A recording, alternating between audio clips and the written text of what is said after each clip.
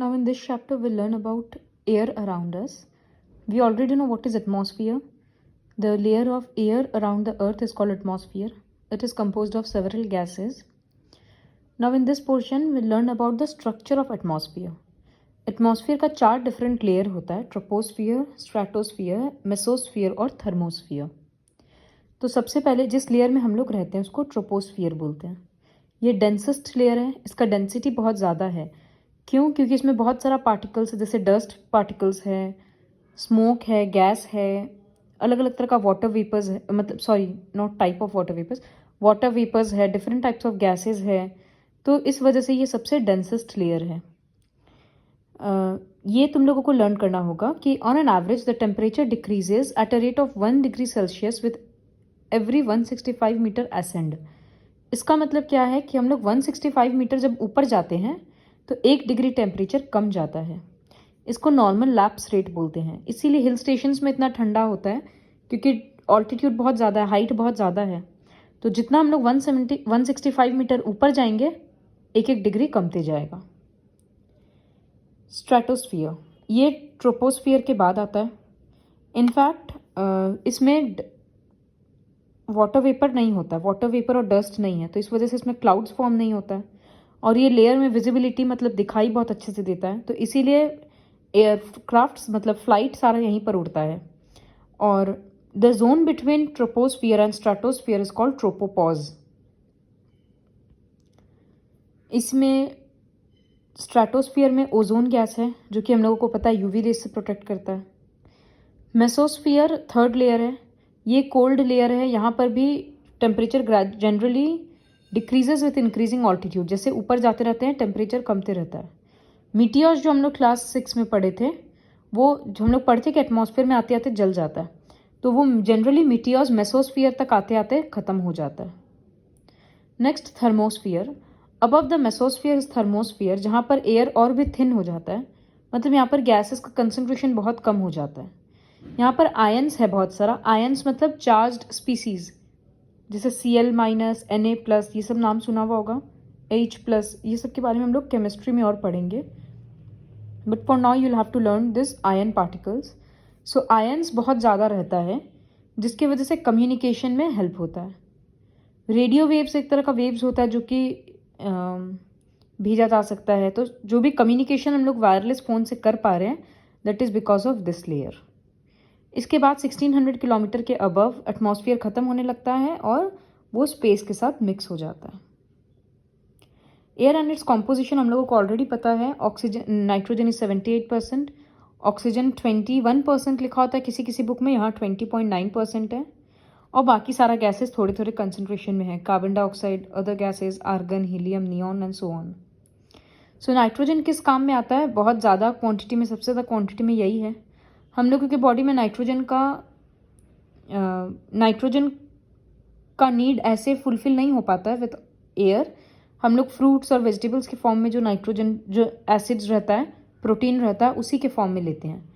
और प्लांट कैसे लेता है? हम लोगों को ऑलरेडी पता है कि कुछ कुछ बैक्टीरिया होता है जो सॉइल में नाइट्रोजन को फिक्स कर देता है। उसी टाइम पे प्लांट नाइट्रोजन को एब्जॉर्ब करता है। तो plants absorb nitrogen through the soil, वही प्लांट का ग्रोथ और डेवलपमेंट के लिए ज़रूरी है। ऑक्सीजन 21% है, लाइफ सपोर्टिंग गैस है, क्योंकि सारे लाइफ लिविंग फॉर्म्स को चाहिए। फोटोसिंथेसिस का ये बाई प्रोडक्ट है। कार्बन डाइऑक्साइड फोटोसिंथेसिस के टाइम पे यूज़ होता है, रेस्पिरेशन के टाइम पे रिलीज होता है। ये कंसंट्रेशन इसका बहुत बढ़ते जा रहा है because of burning of fossil fuels and deforestation, जिसकी वजह से it is causing global warming, that is increase in the temperature of earth. You already know this. Other green house gases are CO2, CFCs, methane, मतलब ये सब भी अर्थ को warm कर रहा है। इन सब गैसेस को छोड़कर बाकी सारा कुछ कुछ गैसेज है, आर्गन है, मीथेन है, वाटर वेपर है, डस्ट है, ये सब चीज़ भी है। The atmosphere also holds solid particles of dust, salt, pollen, ये सब भी होता है। पॉलन ग्रेन्स, डस्ट पार्टिकल्स, ये सब भी होता है। ये जो डस्ट पार्टिकल्स है act as hygroscopic nucleus around which water vapours get condensed to form clouds. इस लाइन का मतलब क्या है? हम लोग पढ़े थे कि water evaporates from surface and वो एयर में चला जाता है। फिर वो वहाँ पर हम लोग पढ़े थे कि कंडेंस होकर क्लाउड ड्रॉप्स बनता है और क्लाउड्स फॉर्म करता है। तो वो कंडेंस होकर कहाँ जाएगा, तो वो एक्चुअली जो डस्ट पार्टिकल्स होता है वो वाटर वेपर्स को सबको एब्जॉर्ब कर लेता है और अपने आसपास एब्जॉर्ब करके अपने ऊपर रख लेता है, तो वहीं पर वाटर ड्रॉपलेट्स एक्यूमुलेट होने लगता है। तो इसीलिए लिखा this dust particles are hygroscopic nucleus, act as hygroscopic nucleus. Hygroscopic मतलब जो वाटर एब्जॉर्ब कर लेगा, न्यूक्लियस मतलब सेंटर पॉइंट के जैसा। अगर एक डस्ट पार्टिकल है तो उसके आसपास सारा पानी जमा हो जाएगा। Pollutants in the air, pollutants मतलब जिसके वजह से पल्यूशन होता है, जैसे carbon dioxide, sulphur dioxide, carbon monoxide and so many. Smoke जो निकलता है वो फॉग के साथ मिक्स होकर स्मॉग बनाता है, जिससे इरिटेशन होता है, रेस्पिरेटरी प्रॉब्लम होता है, स्किन डिसीजेज होता है। कभी कभी वॉल्केनिक इरप्शंस के कारण भी बहुत सारे गैसेस ह्यूज क्वांटिटी में एटमॉस्फेयर में आ जाता है। फॉरेस्ट फायर भी पल्यूटेंट है क्योंकि बहुत पल्यूशन कॉज करता है। तो हम लोग पल्यूशन कैसे कम कर सकते हैं? अवेयरनेस स्प्रेड करके, प्लांट्स और एफॉरेस्टेशन के थ्रू, फॉसिल फ्यूल्स का यूज़ कम करके। We already know this things. Now what is atmospheric temperature and pressure? Pressure exerted by atmosphere is called atmospheric pressure. वो मेजर करने का जो इंस्ट्रूमेंट उसको बैरोमीटर बोलते हैं। और जैसे लेंथ किलोमीटर में, मीटर में मेजर होता है, वैसे ही प्रेशर मिली बार एक यूनिट है, उसमें मेजर होता है। Normal atmospheric pressure at sea level is 1013 millibar. ये लर्न करना है। फिर जैसे जैसे हम लोग ऊपर जाते हैं प्रेशर कम हो जाता है, तो इसलिए हिल स्टेशंस वगैरह में या फ्लाइट में हम लोग का कान बंद हो जाता है, क्योंकि प्रेशर का डिफरेंस हो गया। हम लोग के बॉडी के अंदर का प्रेशर बढ़ गया और बाहर का प्रेशर कम हो जाएगा। विंड, विंड क्यों होता है? जब uneven heating of the earth surface होता है तब विंड होता है। सपोज ये पानी, ये लैंड, सपोज यहाँ एक ज़मीन है, यहाँ एक ज़मीन है। अगर यहाँ गर्म हो जाएगा तो इसके ऊपर का हवा गर्म होकर ऊपर चला जाएगा, सराउंडिंग एरिया से हवा उसका जगह लेगा। यही विंड होता है। मॉनसून वगैरह इसी के कारण होता है कि लैंड समर्स में इतना हीट हो जाता है कि इसके ऊपर एटमॉस्फेरिक प्रेशर बहुत कम हो गया, तो सराउंडिंग ओशन से हवा लैंड की तरफ आता है, तो साउदर्न टिप से पूरा मॉनसून विंड्स आता है, जो कि हम लोग ऑलरेडी पढ़ चुके हैं। और मॉनसून इंडिया के लिए बहुत एडवांटेजियस है, एग्रीकल्चर में बहुत हेल्प करता है, and we know that India is an agricultural country. Mechanism of rainfall, rainfall कैसे होता है?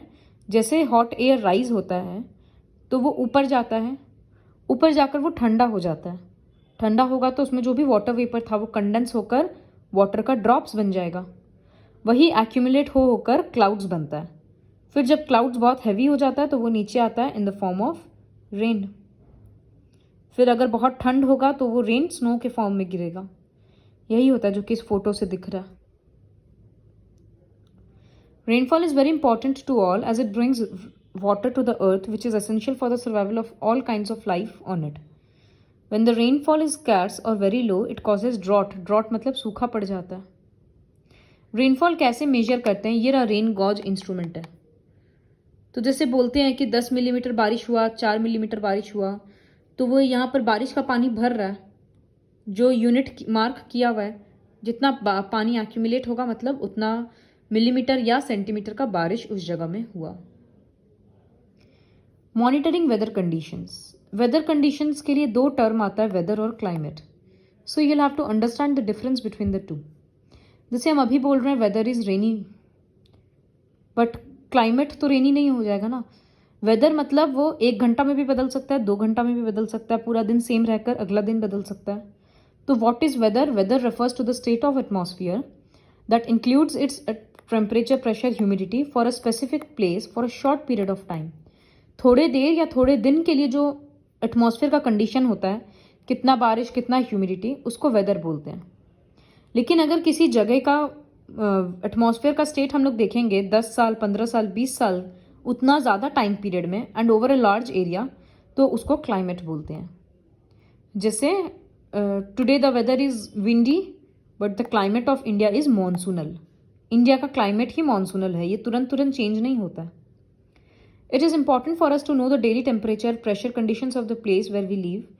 Further, when we travel to distant places, हम लोगों को पता होना चाहिए कि जिस जगह पे हम लोग जा रहे हैं वहाँ का वेदर कैसा रहता है, ताकि हम लोग अपने आप को उस हिसाब से प्रिपेयर कर पाएँ।